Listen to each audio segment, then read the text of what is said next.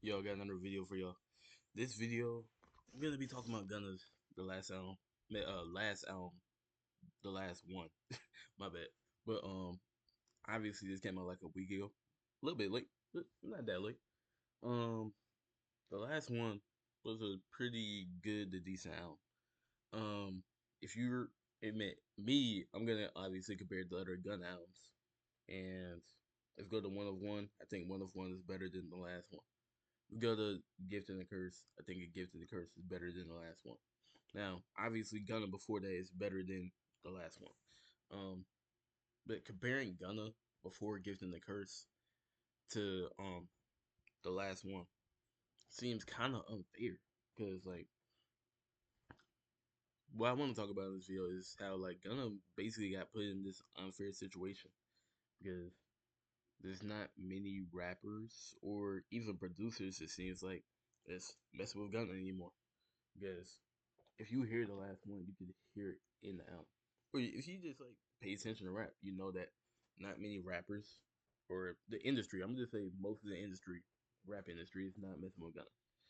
Um, obviously Gunna was a very, very respected rapper before the snitching stuff, and I'm not gonna like go deep into snitching stuff in this video, but basically since he snitched and most rappers have to withhold this gangster image, most rappers stop messing with him. The only like true rapper that he's collaborated with since he's been out is Offset. Obviously, Offset is on the album. Offset was also wait, hold on. Was Offset on one of one? Yeah, he was. He was on Prodigy. Gunna's also been on Offset albums.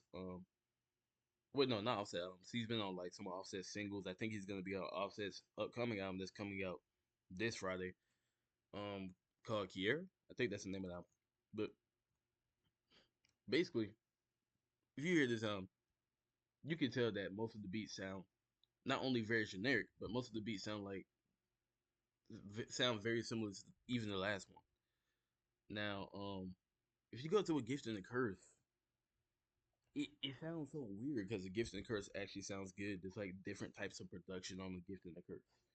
Gift and the Curse is actually my second favorite Gunna album because I think one is most people's favorite Gunna album, so that may be a basic pick. Um, but yeah, that's my favorite Gunna album. And then Gift and the Curse is right behind it. Um, But after that, I don't think Gunna has any like 9 out of 10 albums besides One of the Gifts and the Curse. Because One of One is cool, but the second half is mid. And this album just has a bunch of generic songs on it. And it seems like that he's only in touch with one good producer, which is Turbo. Which Turbo is cool, but a full album of Turbo beats. Or actually, no, I'm not even gonna act like this whole album was Turbo. Because I would say like probably 10 to 15 songs was Turbo. The rest of it was probably some just like new producers he met, or maybe even like YouTube instrumentals. Cause these beats suck. Excuse me. Gunna kind of needs a new sound.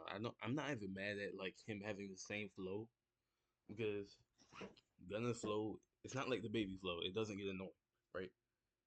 It's not like Lil Baby. I don't think it gets annoying because most of the time Gunna switches up the beat at least. Um, but on this album, I don't know how much I'm gonna go back to it for two reasons. First of all, you can't start off the album with a bad song.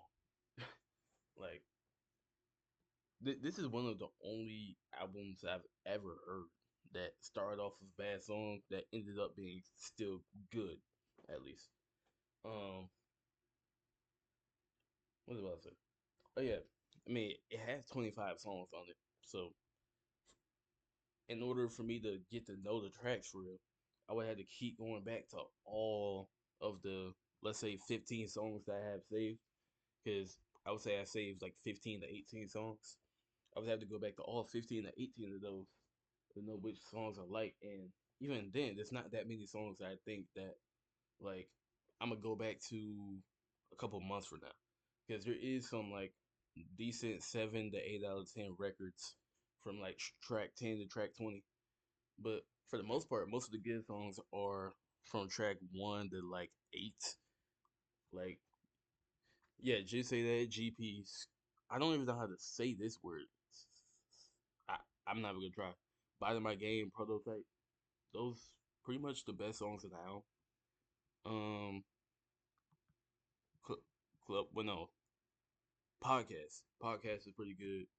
Rare Occasion. I think Show Them. Then obviously two singles, pretty good. But besides that, it's not that many like memorable songs. Actually, even out of the songs I named, some of them aren't even rememberable. They're just good. Some of the songs, the songs I would just play like in the car while I'm playing the game, whatever.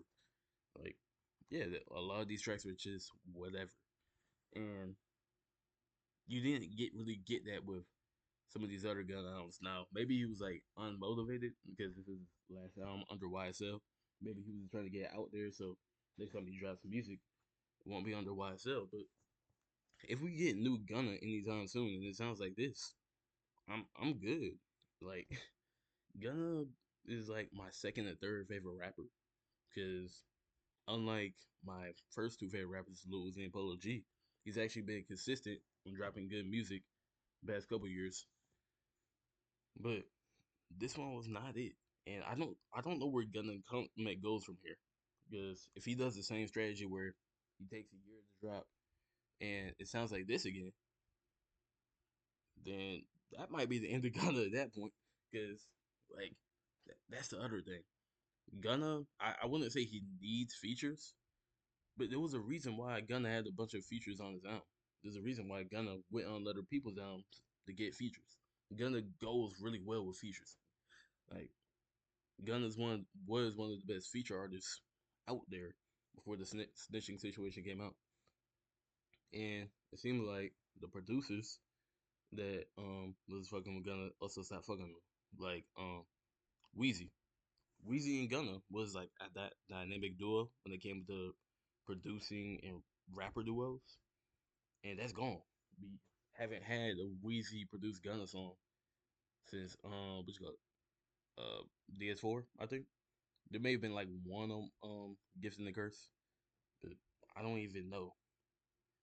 Like, yeah, I don't know what Gunna does for me because I don't see Gunna switching up his sound dramatically. Um, I don't see what producers he could go find because let's be fair, he's just gonna stay with that Atlanta sounding sound.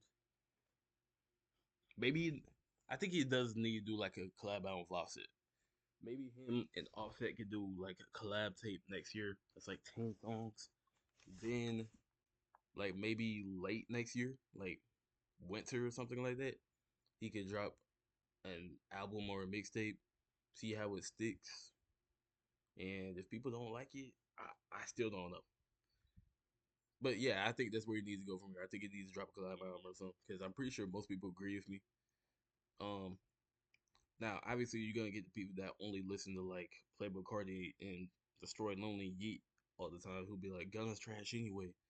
But if you actually like rap music, you know that this album isn't bad. It's just like you're probably not gonna go back to it that much because there's not that many memorable cuts that we haven't heard before from Gunna on here. So I'm literally just making this video because actually this is basically like a review. I'm basically reviewing the album. The album's good. I get the album like maybe eight, maybe eight exactly out of 10. But I still don't think I'm gonna go back to it that much, especially considering how much good new music just came out. You know, YB just dropped two good albums. Jack Boys 2, like um God Does Like Ugly by JID. This is so much good music coming out. I don't see me coming back to the album that much. Definitely a couple songs. So let me know what y'all think about the album though. I'm in the video right there.